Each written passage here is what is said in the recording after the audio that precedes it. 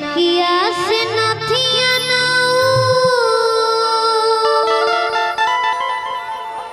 तारी श्रीमान हो। हालांकि ये गाना हमारा सबसे फेवरेट लगेला, ये हमारा गोलू भैया के गाना है। तो चलिए आगे के भाव कैसन बा। घूंघटा उठा के राजा देख ले चांद हो, नकिया से नथिया तारी श्रीमान हो। लइकिया भाव में का कहतिया, आपन ठोर जन सताई हमारा ठोरवा में, कि आपन ठोर जन सताई हमारा ठोरवा में। तनी भाव में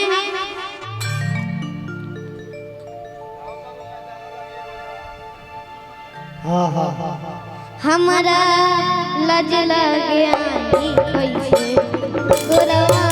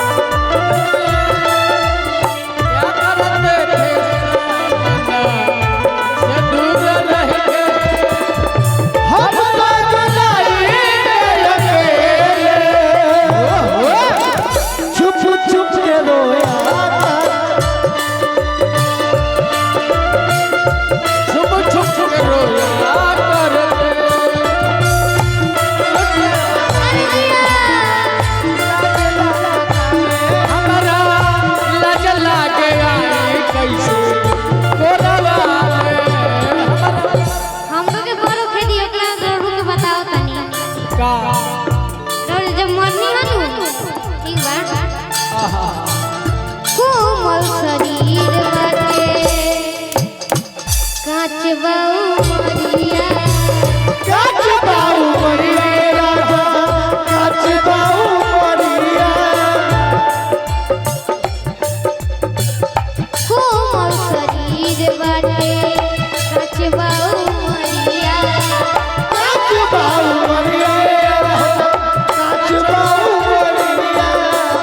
ऐसे जानी देखी लहर उठे सवरिया, उठे सवरिया हो, उठे सवरिया। कि आपन गोरजन फसाई गोलू भैया, हाँ फसा फसा कि बबुआ। आपन गोरजन फसाई हमारा गोरवा में, हमारा लज लगे आई हमारा लाज लागे गोरवा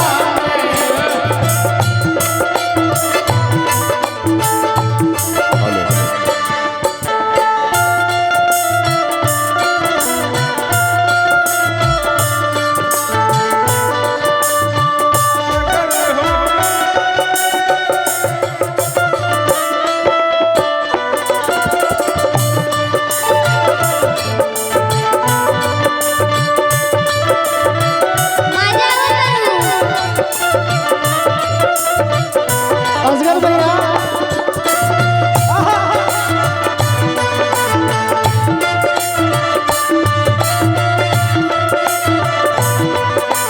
असगर भैया बउआ बउआ ए आगे के देखी भाव कैसन बा। ए बुआ ए है तक मैं चाहूंगा कि एक बार ये लड़का खातिर जोरदार ताली होके कि दूसरा के विद्यार्थी आप 12वीं क्लास के पुस्तक पढ़े के प्रयास करता एक बार जोरदार ताली मैंने बजाइए। देखी है देखी सुरहे में शादी होए बुझी तो भावा बुझी जाने हालतिया बुझी जाने हालती खेल जोग भइल नइखे बोलू हो खेलवा बोलो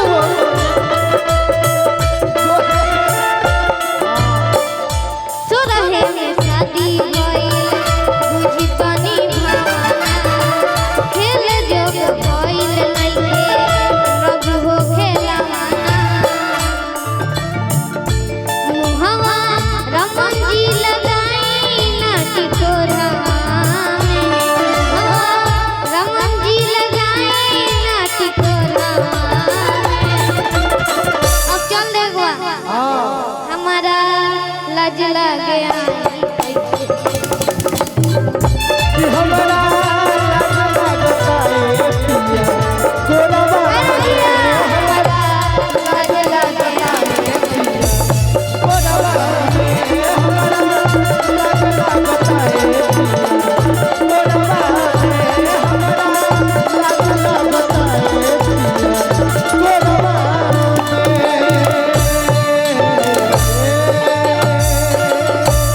वाह वाह सुंदर बेटा, अभी तुम्हारी उम्र अमूल का दूध पीने का है, जरूर आपकी छत्र छाया में बालक है लेकिन तुम उस पतंजलि का च्यवनप्राश खाने की चेष्टा करते हो। बेटा बिस्कुट है जल्दी बीमार पड़ोगे। वो च्यवनप्राश अपने मौसा के लिए छोड़ दे ताकि मैं खा के स्वस्थ मस्त और अपने छोड़ दिया काम में है। व्यस्त रहूं। जताए हैं जता के मरेला काम है, जता के मर जब धर बाबू लोग खोजे जे बेटा कुंभ का मेला में कहाँ भुला गई।